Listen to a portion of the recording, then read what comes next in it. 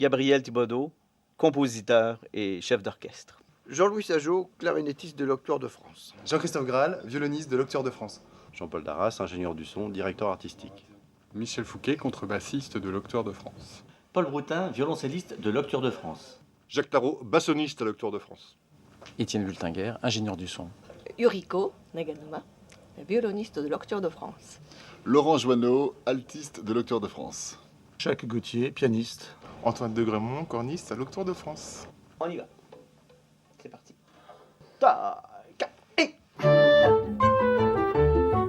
Alors, le projet de Poil de carotte, en fait, c'est un coup de cœur. C'est un coup de cœur que j'ai eu.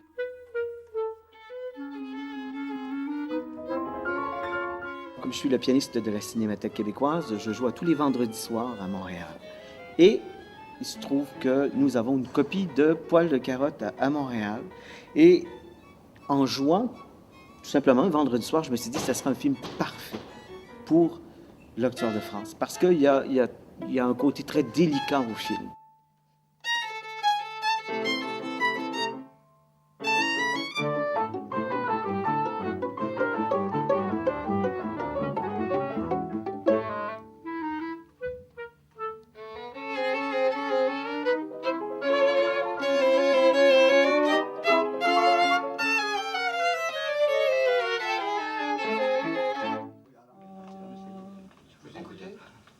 OK? Ça va être à peu près comme ça. Comment on aborde Poil de carotte? Bien, évidemment, c'est un regard sur l'enfance, mais c'est un regard d'adulte sur l'enfance. C'est pas le point de vue d'un enfant, mais c'est le point de vue d'un adulte.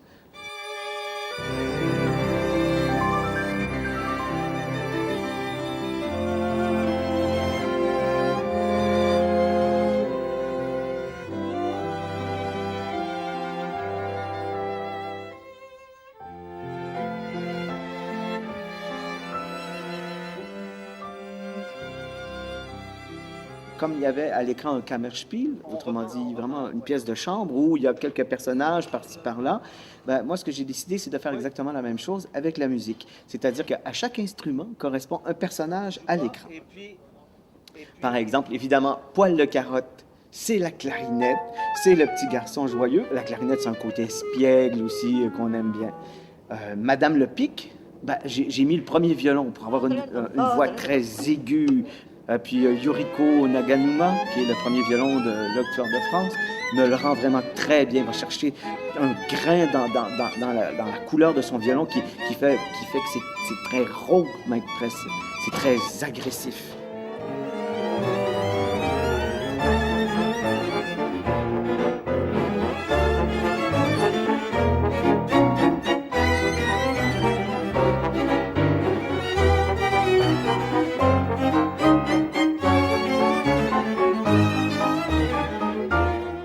Ernestine, le deuxième violon dans l'orchestre, rend aussi, et c'est très espiègle, puis en même temps, ça reste un peu enfantin parce qu'Ernestine, dans le film, on voit bien, elle prend des décisions parfois de dénoncer son frère, mais en fait, c'est des réflexes d'enfant.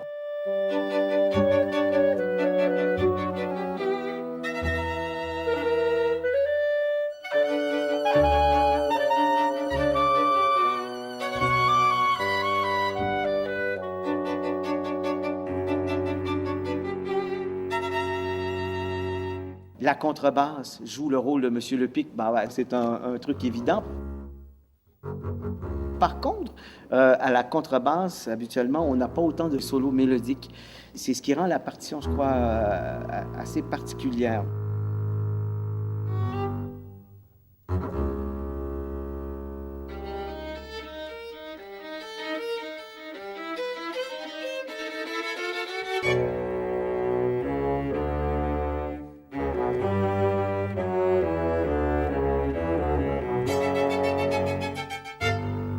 Les endroits où on sent peut-être Poil de carotte plus fragile, à ce moment-là, ça devient plus mélodieux. Mais la plupart du temps, par contre, l'écriture que j'ai décidé d'utiliser est quand même relativement contemporaine, à savoir qu'au niveau rythmique, il y a beaucoup de superposition de temps. qui correspondent en fait à l'intérieur de chacun des personnages. On entend Monsieur le Pic. Tandis qu'on entend le violon en même temps. Donc, il y a plusieurs tonalités, plusieurs temps qui se déroulent en même temps. Un peu comme au théâtre, au fond.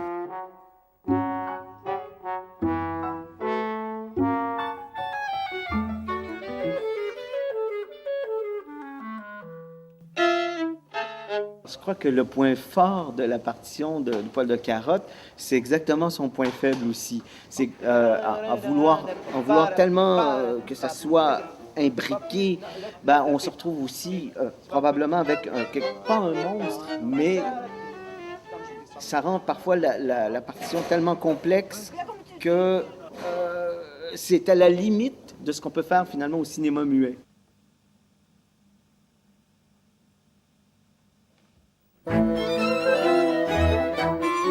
Aller plus loin que ça, ça serait la folie furieuse déjà là que d'avoir fait une partition tellement ciselée, tellement, c'est comme du petit point au fond. C'est un peu maniaque, ça c'est bien évident. En même temps, c'est ce qui fait sa beauté, mais c'est ce qui fait aussi son horreur.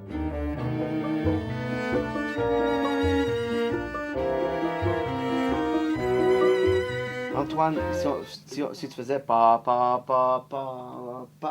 tu te rends jusqu'au fa, puis après le si bémol.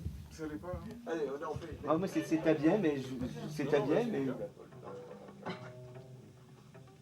non, c'est la bonne.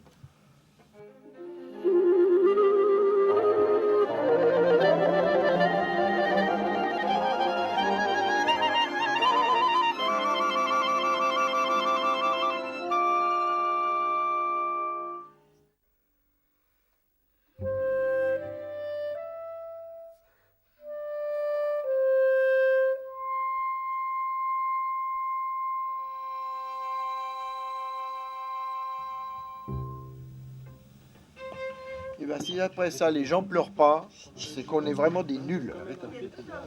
Tu t'as pas filmé ça quand même?